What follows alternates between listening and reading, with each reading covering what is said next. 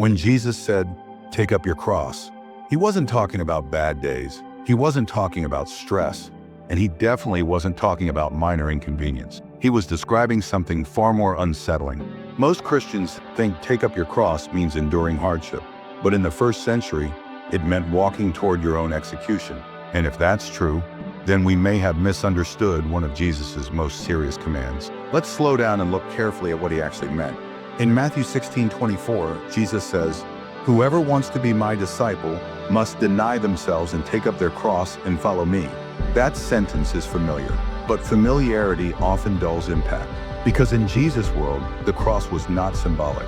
It was Roman execution, public humiliation, visible shame, a slow and painful death. When someone carried their cross, it meant one thing: they were not coming back. So when Jesus said, "Take up your cross," his listeners did not hear metaphor. They heard finality. They heard surrender. They heard the end of self-rule. And that shifts how we understand discipleship. Because today, many believers interpret this verse as handling suffering well, or tolerating difficult, or carrying emotional burdens. But suffering happens to everyone, believer or not. That's not unique to discipleship. What Jesus was describing was voluntary surrender. Notice the order again in Matthew 16:24. Deny yourself, take up your cross, and follow me. First, deny yourself. Then, take up your cross. Then, follow. The denial comes before the cross, and the cross comes before the following. To deny yourself doesn't mean self-hatred. It means relinquishing self-sovereignty. It means you no longer sit at the center of your decisions. It means your desires are not ultimate. Your comfort is not king. Your ambitions are not supreme. That is deeper than suffering. You can suffer and still be self-centered. You can struggle and still resist surrender. The cross is not about what happens to you. It's about what you willingly lay down. The Apostle Paul understood this clearly.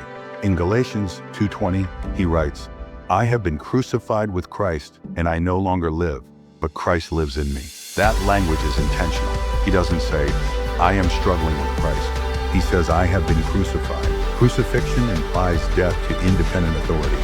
In Romans 6:6, Paul adds, "For we know that our old self was crucified with him, so that the body ruled by sin might be done away with." The cross represents the end of the old ruling self.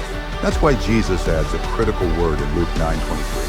Take up your cross daily, daily, not emotionally, not once in a dramatic moment, daily surrender, daily choosing obedience over impulse, daily allowing Scripture to confront you rather than adjusting Scripture to protect yourself.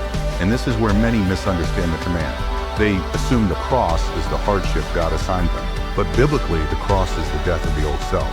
It is saying no to pride, no to ego, no to retaliation, no to self-exaltation. Even when those instincts feel justified, it is choosing forgiveness when revenge feels powerful. It is choosing humility when recognition feels deserved. It is choosing obedience when comfort feels easier. This is not passive suffering, it is active surrender. And here's the paradox.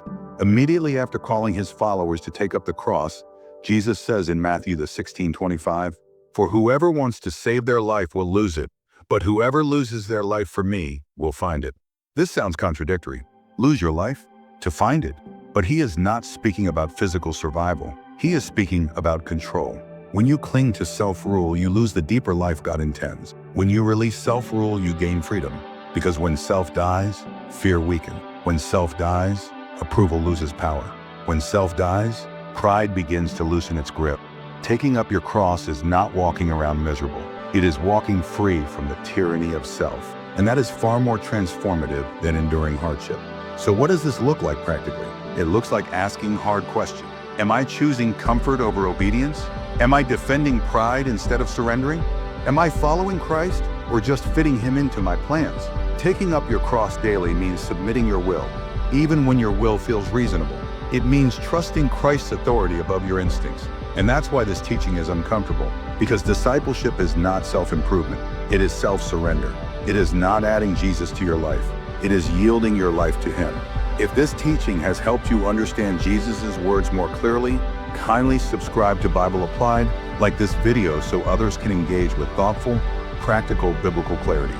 And if you desire to live this out daily, comment this simple prayer below. Lord, teach me to surrender daily. Let it be a commitment, and may we not only understand the cross, but carry it faithfully every day.